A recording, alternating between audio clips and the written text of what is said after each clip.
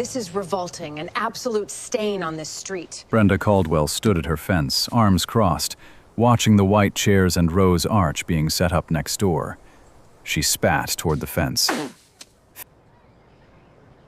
Filthy people turn my neighborhood into a garbage dump. This is where respectable families live, not where street rats throw ghetto parties. She dialed 911 without hesitation. Send officers now. Black people. Dozens of them trespassing, polluting my property. I want them dragged out. Across the fence, Clarence Fletcher, 70 years old, navy suit, white rose on his chest, set down a vase of flowers. He'd heard every word. Let it go. But what Brenda didn't know, the bride she just called trash held the power to end careers and send people to prison. The Fletcher home sat at the end of a tree-lined street in Savannah's historic district. Spanish moss hung low from live oaks that had been standing longer than anyone on the block. The house itself was colonial style. White columns, a wraparound porch, and a front door painted deep green. Nothing flashy, nothing loud, just solid and proud. Clarence Fletcher's father bought this house in 1961, paid for it with 31 years of postal service wages. Back then, he was one of 3 black homeowners on the entire street. Now, 60-some years later, Clarence was the last one. The neighborhood had changed around him. Newer homes, wealthier families, whiter faces. But this house, this piece of land, stayed Fletcher. And today, it was dressed for a wedding. White chairs sat in neat rows across the back lawn. An arch wrapped in ivory roses and trailing green vines stood at the center. Glass lanterns lined the stone path from the porch to the altar. Catering staff moved between tables carrying trays of shrimp and grits, sweet tea in mason jars, and peach cobbler set out on silver stands. A string quartet warmed up beneath a white canopy, the sound of violins drifting through the warm October air. 80 guests were expected, family from Atlanta, friends from D.C., colleagues from across the state. Chapter filled slowly as people arrived in their Sunday best, bright hats, tailored suits, children in matching outfits chasing each other around the oak trees. Upstairs, in her childhood bedroom, Naomi Fletcher stood in front of a mirror. The wedding dress was elegant but simple. Ivory silk, long sleeves, a cathedral veil that pooled behind her on the hardwood floor. She wasn't fussing with her hair or adjusting her jewelry. She was standing still, looking at a framed photograph on the dresser. Her mother. Gone 11 years now. Naomi picked up the frame, held it to her chest, and closed her eyes. She didn't cry. She just breathed. A knock at the door. Clarence stepped in. He saw his daughter in that dress and stopped cold. His lip trembled. His eyes filled. "Your mother would have had something perfect to say right now." His voice cracked. You look like her, baby. You look just like her." Naomi smiled, set the photo back down gently. Right beside it on the nightstand sat a thick leather binder, legal briefs, case files, a schedule marked in red ink. Even on her wedding day, the work followed her. But she'd closed that binder this morning and hadn't touched it since. Today, she wasn't a judge. Today, she was just a daughter. A bride. She took her father's arm. "Let's go, Daddy." Downstairs, Gerald "Jerry" Dawson waited near the altar. He wore his army dress blues, medals pinned, shoes polished to a mirror shine, posture straight as a flagpole. 22 years of service, 2 combat tours. A retired colonel who now ran a nonprofit building housing for homeless veterans. He stood with his hands clasped, calm on the outside. But when he saw Naomi step through the back door onto the porch, his jaw tightened and his eyes went glassy. The quartet began to play. Guests rose. Clarence walked his daughter down the stone path, one slow step at a time. Sunlight cut through the moss-draped branches above. The scent of jasmine and fresh-cut grass hung in the air. A little girl in a yellow dress scattered rose petals ahead of them. It was perfect. For exactly 4 minutes and 30 seconds, everything was absolutely perfect. Next door, behind a lace curtain on the second floor, Brenda Caldwell watched it all. Her arms were folded. Her jaw was set. On the desk behind her sat a thick manila folder labeled HOA Complaints. It was stuffed with papers, 6 years' worth. 23 complaints filed against the Fletcher family. Noise, vehicles, suspicious guests, lawn height. Not a single one had ever been upheld. But today Brenda wasn't filing paperwork. She'd already made the call. And 2 streets away, red and blue lights were already turning on. The vows had just begun. Naomi stood facing Jerry beneath the rose-covered arch. The officiant, a silver-haired pastor who had baptized Naomi as an infant, opened his Bible and smiled at the couple. The afternoon sun filtered through the oak canopy, casting soft golden light across the ceremony. 80 guests sat still. Even the children had gone quiet. Naomi took Jerry's hands. Her fingers trembled just slightly, not from nerves, but from the fullness of the moment. 11 years without her mother. 22 years of Jerry's military service that kept them apart more than together. And now, finally, this day. Gerald, from the first day I met you. That's when the sirens hit. Distant at first, a low wail somewhere beyond the trees. Then closer, louder. Then unmistakable. Red and blue lights strobed through the gaps in the fence, flashing across the white tablecloths, across the glass lanterns, across the faces of 80 guests who had come to witness love. Not this. 2 squad cars pulled up hard to the curb. Tires crunched gravel. Engines cut. Doors swung open, one after the other, with the heavy mechanical thud that changes the air in any room, or any yard. The string quartet stopped mid-note. The pastor froze, his Bible still open. Naomi's fingers tightened around Jerry's hands. Her veil caught a gust of warm wind and swept sideways like a flag nobody had raised. Every single guest turned toward the street. Officer Troy Hadley stepped out of the first cruiser. He was young, early 30s, buzz-cut, mirrored sunglasses pushed up on his forehead. His jaw was set like a man arriving at a crime scene, not a celebration. His hand rested on his belt near the holster. Not gripping, just resting. Close enough to send a message that didn't need words. His partner, Officer Denise Sutton, exited the second car. She moved slower. Be more careful. Her eyes scanned the yard. The flowers, the chairs, the guests in tailored suits and Sunday dresses, the children in matching outfits clutching their mother's hands. Her brow furrowed. Something about this scene didn't match the call she'd heard on the radio. Not even close. But Hadley didn't scan anything. He didn't pause. He didn't assess. He walked straight in. Past the gate, past the stone path, past elderly women in church hats who pressed their purses to their laps, past toddlers sitting wide-eyed on their father's knees, past a table stacked with wrapped wedding gifts and a 3-tiered cake topped with ivory flowers. He stopped 5 feet from the altar, boots planted on the grass where rose petals had just been scattered. "We got a noise complaint and a report of a possible disturbance."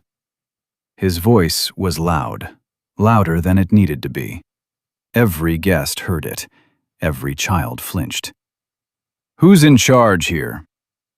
The pastor stepped back. A murmur rippled through the crowd like wind across water.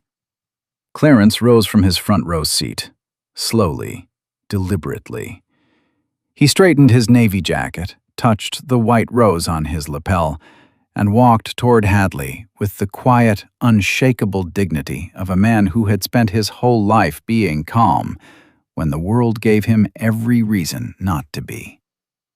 "I'm the homeowner, officer. This is my property. Has been for over 60 years. My daughter is getting married today." That's all that's happening here.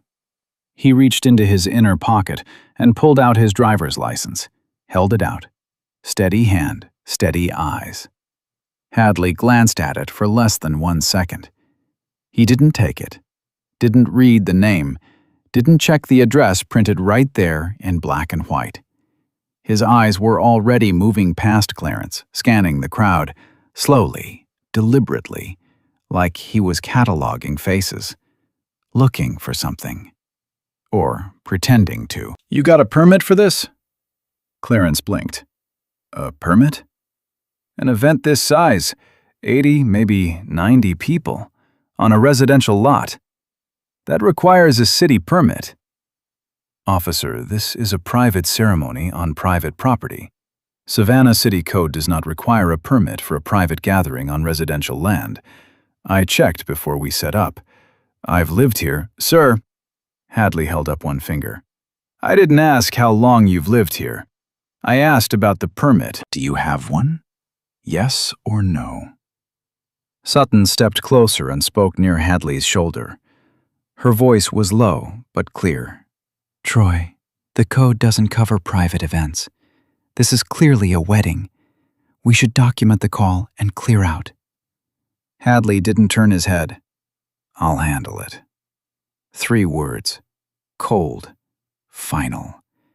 He said them the way a man says things when he's already made up his mind, and the facts don't matter anymore. At the fence line, right on cue, a figure appeared. Brenda Caldwell walked across her manicured side yard with her arms folded tight against her chest. Her chin was lifted, her lips pressed thin. She positioned herself at the exact edge of the property line, not 1 inch on Fletcher land, but close enough to be heard by everyone on it. "Thank God you're here, officer." Her voice was sharp and carried across both yards like a church bell nobody asked to ring. "This has been going on all morning." "I've told them multiple times about the noise, the disruption, the vehicles blocking the road. They don't listen. They never listen." Clarence didn't turn to face her. His eyes stayed locked on Hadley.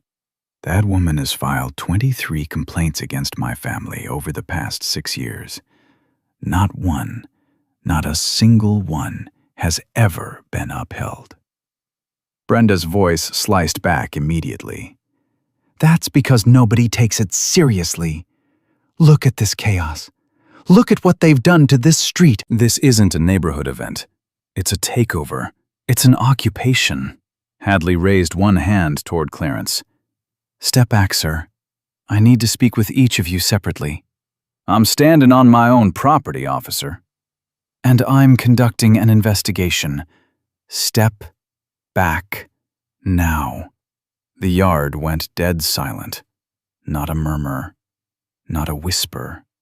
80 people, frozen, watching a 70-year-old black man in a suit being told to step back on his own land at his own daughter's wedding by an officer who hadn't read his name, hadn't checked his address, hadn't asked one valid legal question. That's when Gary moved. He stepped down from the altar platform and walked toward the officers with the same measured stride he'd used on military bases across the world. His dress blues were crisp, every metal aligned, the colonel's eagle glinting on his shoulder, shoes polished to a mirror shine. His posture was straight. His face is calm. His eyes locked forward. He stopped in front of Hadley and extended his right hand. "Officer, I'm Gerald Dawson, United States Army retired. I'm the groom. This is our wedding ceremony, on private property, with invited guests only. Can you tell me the specific ordinance that's been violated?" Hadley looked at the outstretched hand. He didn't shake it. "Sir, I'm going to need you to step back and let me do my job." I'm asking a simple, lawful question. What specific law are we breaking right now? I said step back. And I asked, what law? For 3 full seconds, no one moved. The breeze rustled the rose petals beneath the arch. Somewhere in the back row, a child whimpered and pressed his face into his mother's neck. The scent of jasmine and peach cobblers still hung in the air, a cruel reminder of what this day was supposed to be. Sutton spoke again, quieter this time, almost pleading. Troy, this is a noise complaint. We document, we leave. That's the procedure. Hadley didn't acknowledge her. Instead, he turned away from Jerry and pointed toward the catering station, where a young man in a vest was pouring sweet tea into mason jars. Who's that? Does he work here? He got an ID on him? Then he pointed at a group of men standing near the gift table. What about them? I need names. I need to confirm every person on this property is here with authorization. Clarence's voice came low and firm, barely above a whisper, but it carried. You are not going to walk through my daughter's wedding and card my family and friends like criminals. Not today. Hadley turned back to him slowly. Sir, I have warned you once about obstruction. I won't warn you again. From her post at the fence, Brenda leaned in. See? See what I mean? No respect. Zero. I've been dealing with this for years. They think they own this neighborhood. She said it loud. She meant for everyone to hear. Naomi still hadn't moved from the altar. Her veil drifted in the breeze. Her bouquet hung at her side, white knuckles wrapped around the stems so tightly the ribbon was creasing. Her eyes tracked every movement, every word, every gesture. She watched the officer who hadn't once stated a valid legal basis. She watched her father being talked down to on land his family had owned before that officer was born. She watched Brenda performing outrage from the sideline like a director watching her own show. 2 steps behind Naomi, her cousin Reggie stood with his phone raised. The camera was recording. The red light blinked steadily. He hadn't said a word. He didn't need to. Every second was being captured. Naomi looked at her father. She looked at her fiancé. She looked at the badge on Hadley's chest. And she looked at Brenda, the woman who had spent 6 years trying to push her family off land they'd owned for 6 decades. Her jaw tightened. Her eyes narrowed to a focus that anyone who had ever stood in her courtroom would have recognized instantly. But she didn't speak. Not yet. She knew exactly what this was. She had seen it 100 times, in depositions, in sworn testimony, in case law she had studied for 2 decades, and in rulings she had written with her own hand. But today she wasn't behind the bench. Today she was a black bride in a white dress, watching her wedding be torn apart by an officer who didn't know her name, didn't know her title, and had no idea what he had just walked into. Hadley wasn't slowing down. He was speeding up. He turned away from Clarence and Jerry and walked directly toward the seated guests, not to the side, not around the chairs, straight down the center aisle, the same aisle Naomi had just walked with her father minutes ago, rose petals still crushed under his boots. All right, I need everyone to have their IDs out. We're going to verify that every person on this property has a right to be here. An elderly woman in the second row, Jerry's aunt, 84 years old, wearing a lavender hat with a silk flower pinned to the brim, looked up at him with wide, confused eyes. ID? Baby, this is a wedding. I was invited. Ma'am, I need to see identification. Now. She fumbled with her purse. Her fingers were shaking. The clasp wouldn't open. A younger woman beside her leaned over to help, whispering, "It's okay, Auntie, it's okay." It was not okay. Hadley moved to the next row. A man in his 60s, a retired school principal from Atlanta, sat with his wife. Hadley pointed at him. "You. ID." The man stared. Officer, I drove 4 hours to watch my goddaughter get married. You want to see my license? For sitting in a chair? Sir, I won't ask again. The man reached slowly into his jacket pocket. His wife grabbed his arm, her eyes filled with something beyond anger. Something old. Something inherited. Something that lived in the bones of every black family that had ever been stopped, questioned, and told to prove they belonged. 3 rows back, a young mother pulled her 5-year-old son onto her lap and covered his eyes with her hand. The boy squirmed. She held tighter. Her lips moved silently. A prayer, maybe, or a promise that this wasn't the world he'd have to live in forever. Hadley worked his way through the guests like he was processing inmates, row by row. No please, no thank you, no explanation. Just a finger pointed and a demand made. He wrote nothing down, checked nothing against any list. There was no list. There was no system. There was just a man with a badge asking black people to prove they had a right to exist in a space they'd been invited to with love. Sutton stood off to the side, arms crossed, jaw tight. She watched her partner move through that crowd and said nothing. Later, she would say she wanted to. Later, she would say the words were right there in her throat. But right now, in this moment, she swallowed them. Hadley returned to the front. He'd made a show for the guests. Now he wanted more. I'm going to need to do a walkthrough of the property, inside the house. Clarence stepped forward. Absolutely not. Sir, I have reason to believe. You have no reason. You have no warrant. You have no probable cause, and you do not have my permission. I don't need your permission if I have reasonable suspicion of— Of what? Clarence's voice rose. Not shouting, not even close, but firm. The kind of firm that comes from 70 years of patience finally meeting its limit. Suspicion of what? A wedding cake? A string quartet? What exactly are you suspicious of, officer? Hadley didn't answer the question. He never answered questions. He gave orders. Step aside, sir. He moved toward the back porch, toward the door, toward the home Clarence's father had purchased in 1961 with 31 years of postal wages, toward the hallway where Naomi's childhood photos still hung on the wall, toward the bedroom where just 2 hours ago a bride had held her dead mother's photograph against her chest and breathed. Jerry moved first.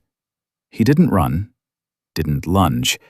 He simply walked to the back door and stood in the frame, feet shoulder-width apart, hands at his sides, chin level. He blocked the entrance the way a man blocks something sacred, not with force, but with presence. You do not have permission to enter this home. You do not have a warrant. I am a retired officer of the United States military, and I am telling you clearly, this is a private residence, and you are not authorized to enter. Hadley stopped, 2 feet from Jerry, close enough to smell the pressed wool of his dress blues, close enough to see every medal on his chest, including the bronze star, 3rd row, left side. Hadley didn't look at the medals. He looked at the man, and his right hand moved, slowly, deliberately, from his side to the grip of his service weapon. He didn't draw. He didn't have to. The message was clear. Every person in that yard saw it. Every phone that was recording caught it. Sir, if you do not step aside, I will arrest you for obstruction of justice and interference with a law enforcement officer. This is your only warning. Jerry didn't blink, didn't shift his weight, didn't move 1 inch. Then you'll have to explain to a judge why you arrested an unarmed man at his own wedding for standing in his own doorway. Behind them, the crowd had gone from silent to something deeper, something heavier. Grandmothers clutched hymnals they'd brought as gifts. Men gripped the backs of chairs until their knuckles whitened.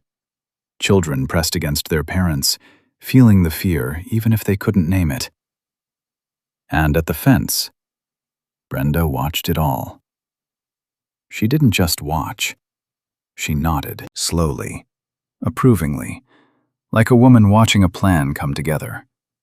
Her arms were still crossed, her chin still lifted.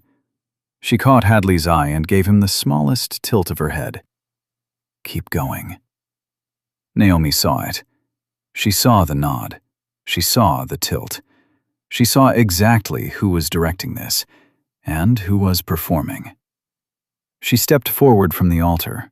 Her dress brushed the grass.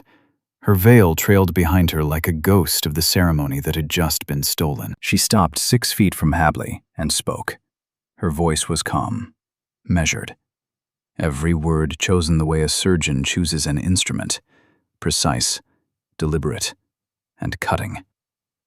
Officer, you responded to a noise complaint regarding a private event on private property. You have established no probable cause.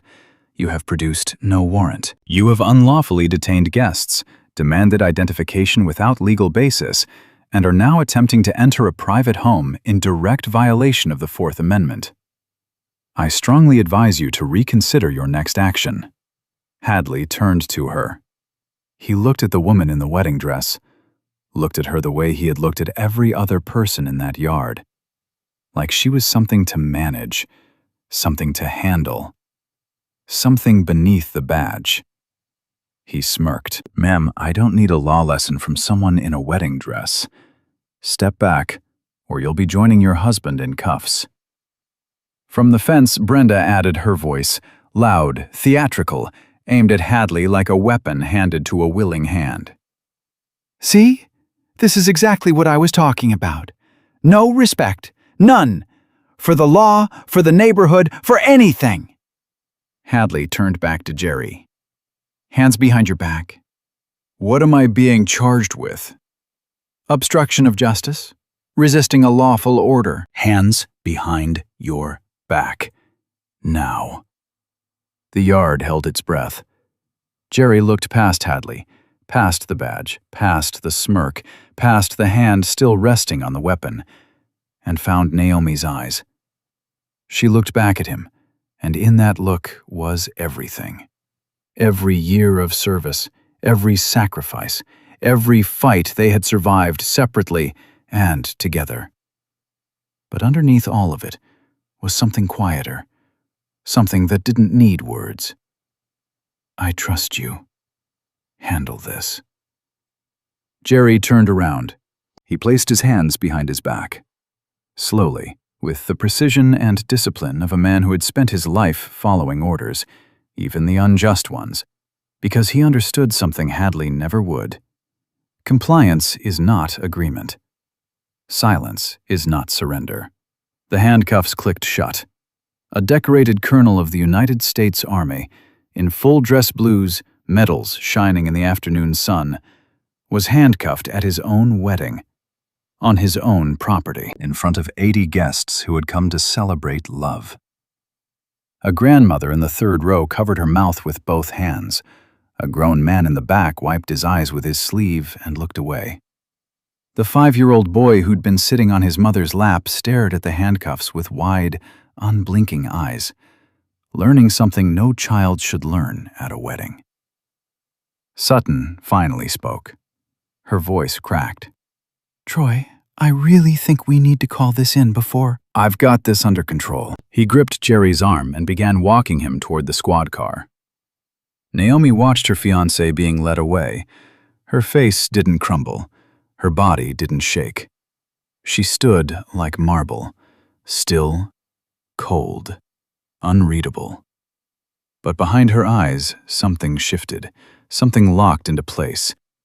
The bride had stopped being a bride. The judge had entered the room. 2 steps behind her, Reggie lowered his phone just enough to whisper, I've got it all, Naomi, every single second. She didn't turn around. Her voice came quiet and steady. Good. Hadley had one hand on Jerry's arm and the other on the squad car door when Naomi moved. She didn't rush, didn't raise her voice.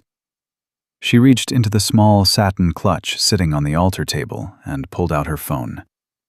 She dialed one number. Judge Elliot Townsend, Chief Judge of the United States District Court, Southern District of Georgia. Her mentor. The man who had sworn her in the day she took the bench. He picked up on the first ring. Elliot, it's Naomi. I'm at my father's home. An officer has handcuffed my fiancé at our wedding. No warrant, no probable cause. He attempted illegal entry, demanded IDs from elderly guests without legal basis, and is now walking Gerald to a squad car. I need Chief Voss notified immediately. She hung up, slid the phone back into the clutch, stood perfectly still. The breeze caught her veil. Afternoon light hit the ivory silk of her dress. She looked like a portrait, calm, untouchable. But anyone who had ever stood in her courtroom would have recognized that stillness for what it was. Not peace. Patience. The kind that comes right before a ruling that ends careers. 45 seconds passed. Hadley reached for the car door handle. His radio crackled, a burst of static that cut through the warm air like breaking glass. The voice came through, clear, loud. Every word is a hammer. Unit 14, this is dispatch. The advised. You are on scene at the residence of Judge Naomi Fletcher, United States District Court, Southern District. The homeowner's daughter is a sitting federal judge. Chief Voss is en route. You are ordered to stand down immediately. Confirm receipt. Every guest heard it. Hadley's hand froze. The color drained from his face, like watching a man realize he'd been standing on a cliff and just looked down. He turned around slowly. For the first time, he actually looked at Naomi, not past her, not through her, at her. Naomi stood exactly where she'd been, veil drifting, bouquet at her side. 6 words. I told you to reconsider. No anger, no triumph, just a fact. Behind Hadley, Sutton was already moving. She reached Jerry, fumbled the key twice with shaking hands, and unlocked the cuffs. Sir, I am so sorry. This should never. Jerry rubbed his wrists. Red marks circled both, the kind that photograph well in evidence files. He looked at Sutton and nodded once, a nod that said, I know it wasn't you, but you let it happen. 7 minutes later, a black SUV pulled up. No sirens, no lights, just a quiet arrival that meant something far worse. Chief Arthur Voss stepped out in civilian clothes, khakis, polo shirt, reading glasses still in his collar. Off duty, Saturday afternoon. He'd driven here personally because he understood exactly how bad this was. He took it all in. The disrupted ceremony, the trembling guests, the children clinging to parents, the groom rubbing red marks on his wrists, the bride, a federal judge, standing in her white dress beside a squad car on her father's lawn. He walked to Naomi first. Your Honor, on behalf of the Savannah Police Department, I am deeply sorry. Naomi shook his hand. One firm grip. No warmth. No absolution. Voss turned to Hadley. The young officer stood frozen by the cruiser. His mouth opened, the beginning of an excuse. Voss cut him dead. Officer Hadley, you are relieved of duty effective immediately. Badge and weapon. Now. Hadley's hands trembled as he unclipped the badge. The metal made a small, final sound, landing in Voss's palm. The weapon followed. Hadley stood stripped of everything that had made him powerful 10 minutes ago. Voss turned toward the fence. Brenda was still there, but changed. Arms fallen, chin dropped, face drained white. Ma'am, filing a false police report is a criminal offense under Georgia law. You'll be hearing from detectives. I suggest you contact an attorney. Brenda stammered. I had every right. This is my neighborhood. Ma'am, Voss raised one hand. This is a wedding on private property. Go inside your home, quietly. Brenda backed away, step by step, turned and walked inside. The screen door slapped shut behind her. In the yard, 80 guests sat in stunned, trembling silence.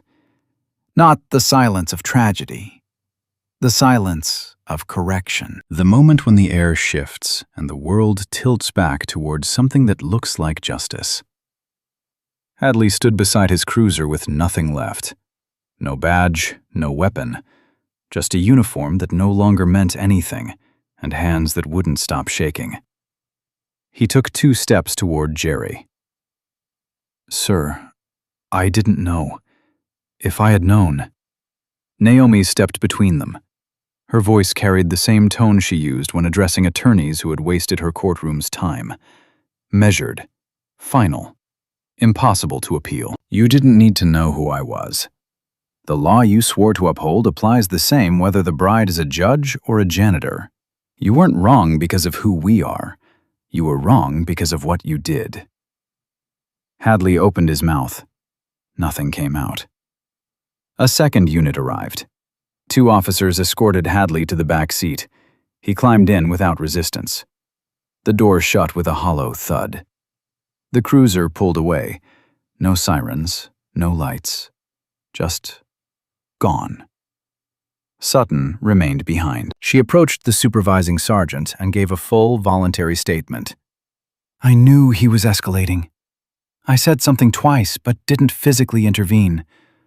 I should have stopped him. I need that on record." She was placed on administrative leave. She handed over her body camera footage without being asked.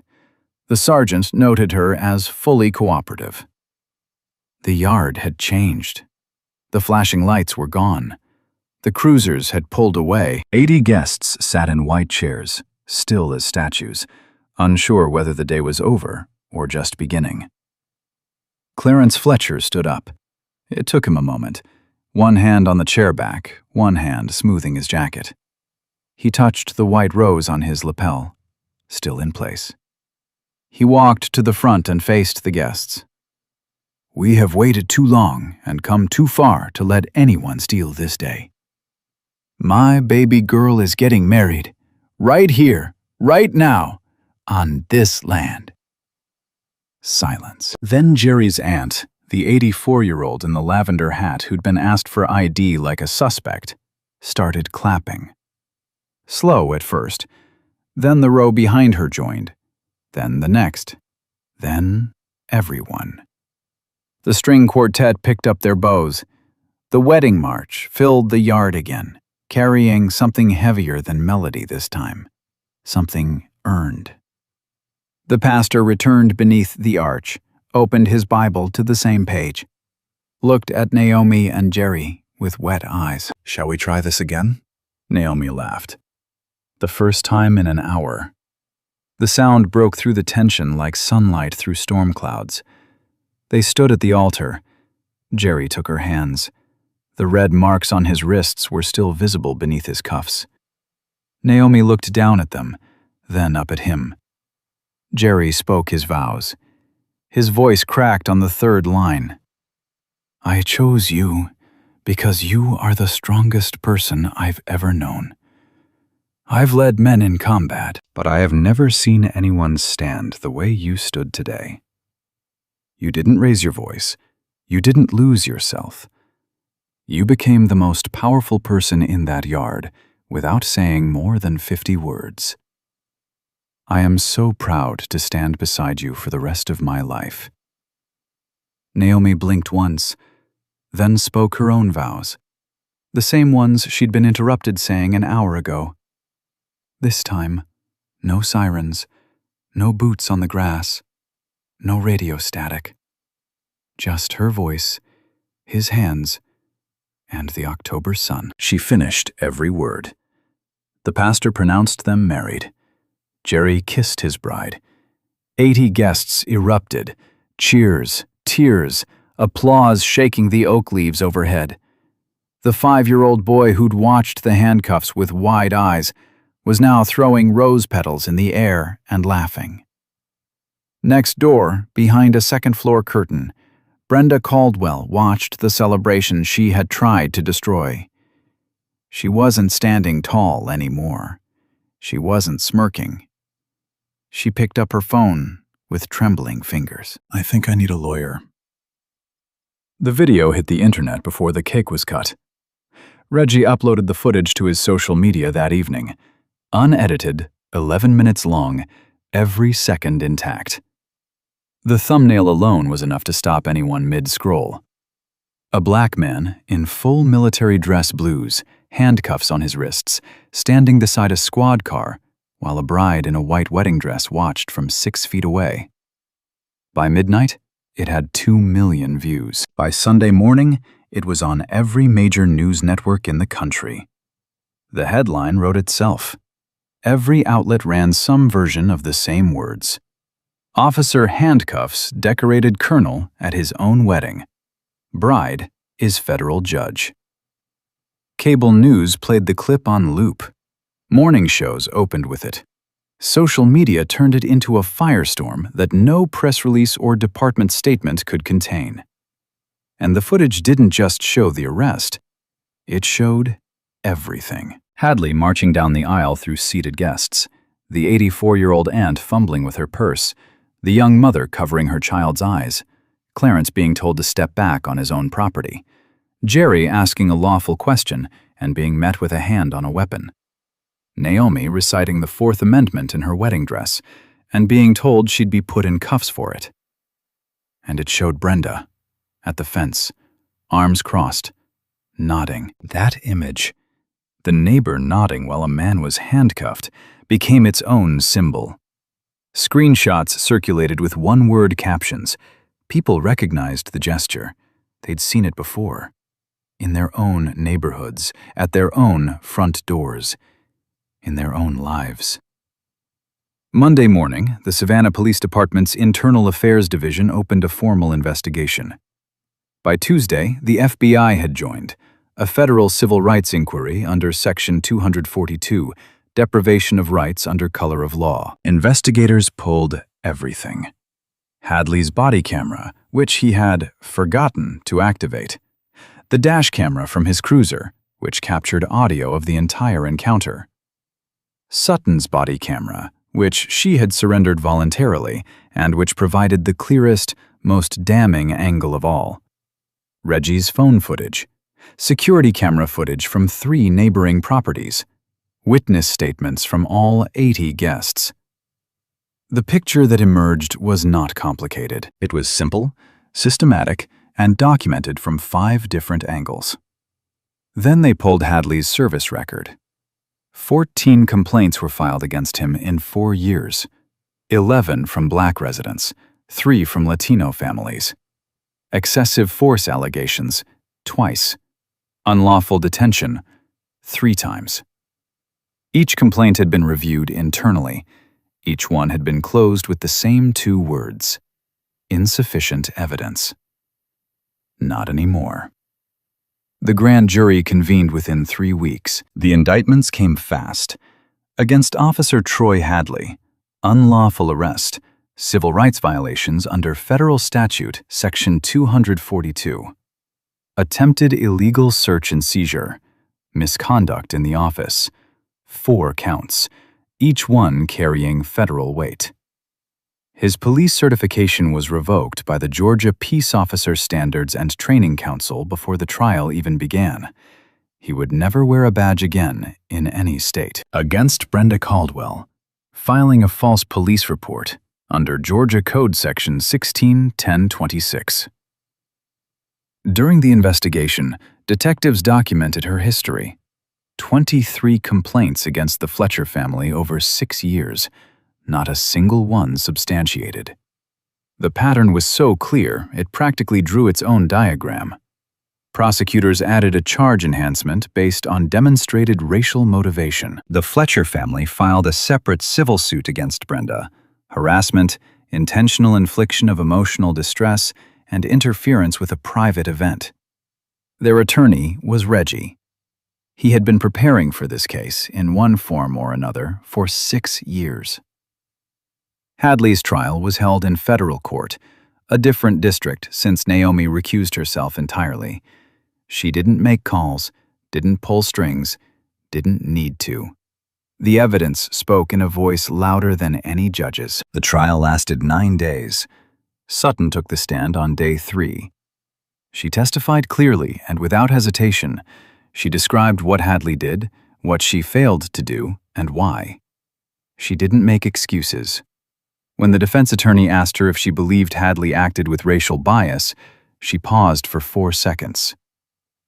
"Yes, I do. And I should have stopped it." The jury deliberated for 6 hours. Guilty. All counts. Sentencing came 2 weeks later. The presiding judge, a white woman in her 60s who had spent 30 years on the federal bench, looked at Hadley and delivered words that would be quoted in newspapers across the country. She called it a grotesque abuse of public trust. She said the badge was meant to protect, not terrorize. She said that what happened in that yard was not a mistake. It was a choice, made repeatedly at every turn when a different choice was available. 4 years. Federal prison. Hadley showed no expression. He was led from the courtroom in handcuffs, the same kind he had put on Jerry's wrists 5 weeks earlier. Brenda's case was resolved faster. Her attorney advised her that the pattern of 23 baseless complaints made a trial unwinnable. She pleaded no contest. The sentence? 12 months probation, 200 hours of community service, specifically at the Savannah Civil Rights Education Center, where she would spend her weekends learning the history of the very people she had spent 6 years trying to silence. A restraining order, 500 feet from the Fletcher property, and full payment of the Fletcher family's legal fees in the civil suit. Tanya Brooks, Naomi's maid of honor and a journalist at a Savannah television station, produced a feature segment that aired nationally. The piece didn't just cover the wedding. It covered the pattern, the 23 complaints, the 14 internal affairs files on Hadley that went nowhere, the system that let both Brenda and Hadley operate unchecked for years. The Savannah Police Department announced a comprehensive reform package within the month. Mandatory de-escalation training for all officers, a civilian oversight board with subpoena power, a new protocol for noise complaints that required supervisory approval before any on-scene escalation, and an independent review of every excessive force complaint filed in the past 5 years. Naomi was invited to deliver the keynote address at the National Bar Association's annual conference. She accepted. She stood at the podium, not in her judicial robe, not in her wedding dress, but in a simple black suit, and spoke for 22 minutes. She didn't talk about herself. She talked about every family that didn't have a federal title to protect them, every cookout interrupted, every front porch where someone was asked to prove they belonged, every wedding, birthday, funeral, and Sunday dinner that had been treated as a threat simply because of the color of the people gathered. The room gave her a standing ovation that lasted 3 full minutes. A scholarship fund was established in the Fletcher family name for law students from underrepresented communities. Jerry's nonprofit received a wave of donations that allowed him to expand his veterans housing program into 2 new cities. And the video, Reggie's 11-minute recording, was entered into the permanent collection of the National Museum of African American History and Culture in Washington, D.C. Some evidence gets filed away. Some evidence changes things.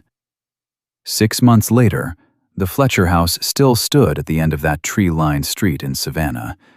Same white columns, same green door, same wraparound porch where 3 generations had sat and watched the world change around them without ever moving from their land. Clarence was on the porch. Evening light came through the oak branches in long, golden streaks. A glass of sweet tea sweated on the railing beside him. The chair next to his was empty, the one where his wife used to sit. He didn't fill it.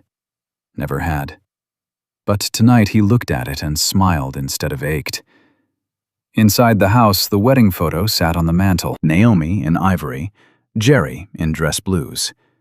80 guests behind them, standing, clapping, crying.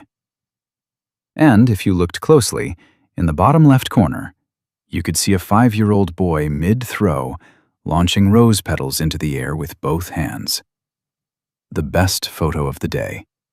The one that made it real. Naomi was back on the bench.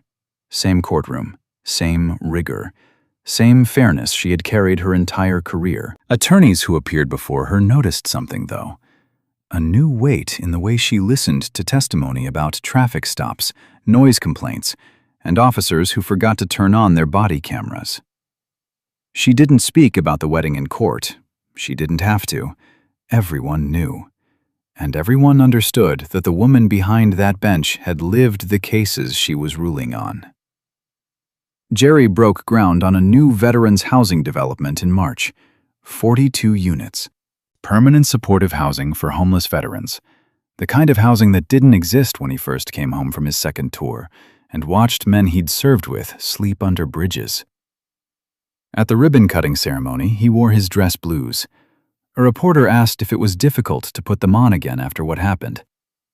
Jerry looked down at the medals on his chest and shook his head. These belong to me. No one gets to turn them into something painful. Not anymore. One evening in April, Naomi found a letter in her courthouse mailbox, handwritten. No return address on the envelope, but she recognized the postmark, Savannah. It was from Denise Sutton. Sutton had resigned from the force 3 months after the wedding. She'd enrolled in law school, first semester, night classes, working part-time to pay tuition. The letter was short, 3 paragraphs. An apology that didn't make excuses. A thank you that didn't ask for forgiveness. And one line at the end that Naomi read twice. I stood there and did nothing. I won't spend the rest of my life being that person. Naomi wrote back the same week. Next door to the Fletcher house, a for sale sign stood in Brenda Caldwell's front yard. It had been there for 2 months. She was moving. Where? Nobody asked. Nobody cared enough to. On her last day, neighbors watched her load boxes into a rental car, alone. No one helped carry anything. No one crossed the street to say goodbye. No one waved. The woman who had spent 6 years trying to decide who belonged in that neighborhood had gotten her answer. She didn't. The HOA complaint folder, the thick manila one she had kept on her desk like a trophy, sat in the recycling bin at the curb. 6 years of grievances, 23 baseless reports, all of it waiting for a trash truck that would come Tuesday morning and take it exactly where it belonged. Hadley was serving his sentence in a federal facility in South Georgia. His appeal had been filed and denied. His name was now a case study in police training academies across 3 states, listed under a module titled Abuse of Authority, What Not to Do. Cadets would study his decisions the way medical students study surgical errors, not to understand the man, but to prevent the next one. Justice doesn't always arrive on time. It doesn't always arrive at all. But on one Saturday afternoon in Savannah, Georgia, it showed up in a white dress and a cathedral veil. And it didn't need to raise its voice. The Fletchers didn't need a title to deserve dignity. But it shouldn't have taken one to receive it. That's the part that stays with you. Not the badge being surrendered. Not the handcuffs clicking open. Not the guilty verdict. Those are satisfying, and they should be. But the part that stays is the question underneath all of it, the one that doesn't have a comfortable answer. What happens to the family that doesn't have a federal judge in a wedding dress? What happens when there's no phone call to make, no chief who shows up in 7 minutes, no camera recording every second? What happens then? That's not a story question. That's a real one, and it's yours to answer. So tell me, if you were sitting in one of those white chairs, watching it unfold, what would you have done? Would you have stayed quiet? Would you have spoken up? Would you have a hit record? Drop your answer in the comments. I read every single one. And if this story made you feel something, if it made you angry or hopeful or both, then share it with someone who needs to hear it. Hit that like button, subscribe, because stories like this don't just entertain, they start conversations. And conversations are where change begins.